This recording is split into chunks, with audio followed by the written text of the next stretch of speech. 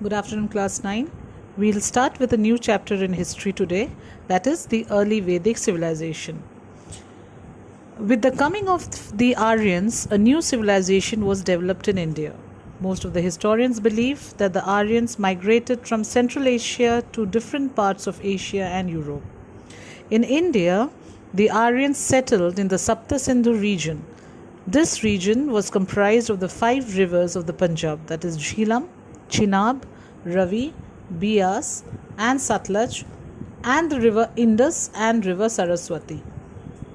The Vedic literature, that means the sources to reconstruct the early Vedic civilization, are the Vedic literatures. The Vedic literature can be categorized into 2 groups: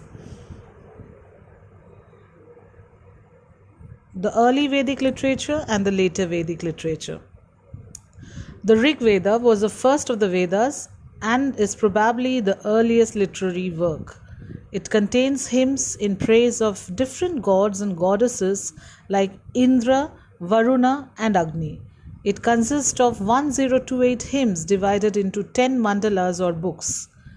It pertains to the period from 1500 BC to 1000 BC. Now the question is, how do the Rig Vedic hymns enable us to reconstruct the early Vedic civilization? Through the Rig Vedic hymns, we have come to know many facts. That is, the early Vedic Aryans considered Indra as their most favorite god. He was known as the rain god, and rainfall played a significant role in their economic life because their economy was predominantly an agricultural one. In the Rig Veda, the god Indra was also known as Purandar, which means the breaker of forts. Next in importance to Indra comes Agni. Agni was the personification of the sacrificial fire. Sacrifices or yajnas occupied a prominent place in the early Vedic religion. Agni was thought of a messenger or a bearer of offerings from men to gods. There are so many references to the cow and bull in the Rig Vedic hymns. The cow constituted the most important form of wealth. One of the hymns in Rig Veda refers to the 4 orders of the society: the priests, namely the Brahmins, the warriors, namely the Kshatriyas, the common people engaged in agriculture, trade, and industry, they were known as the Vaishyas, and servants and workers who were known as the Shudras. This differentiation was based on occupations, but the class division was not very sharp. The society was still liberal and people believed in the principle of equality. This period of history was the non-iron using phase of the Vedic history. Cattle formed the chief source of their wealth. While the copper and bronze were available in plenty, the use of iron was not known to the early Vedic Aryans. The early Vedic society. The organization of the society in the Rig Vedic age was fairly simple. The basic unit of the social structure was the family. The joint family system was prevalent.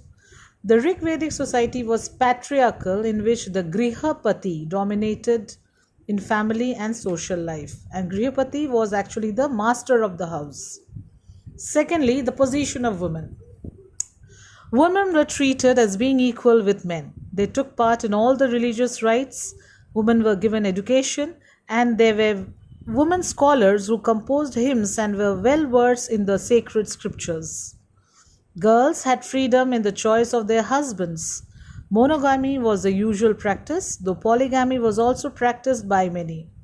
Child marriage, the sati system, and parda did not exist among the Aryans. The women attended all the social functions and gatherings. The 4-fold Varna system. One hymn in the last book of the Rig Veda refers once again to the 4 orders of the society: the Brahmins, the Kshatriyas, the Vaishyas, and the Shudras. The people who explained the Vedic texts and performed the religious ceremonies were called the Brahmins. Those who belonged to the ruling class were the Kshatriyas. The common people who were engaged in agriculture, trade, and industry were the Vaishyas. The Shudras were the servants and the laborers who did not have much to own.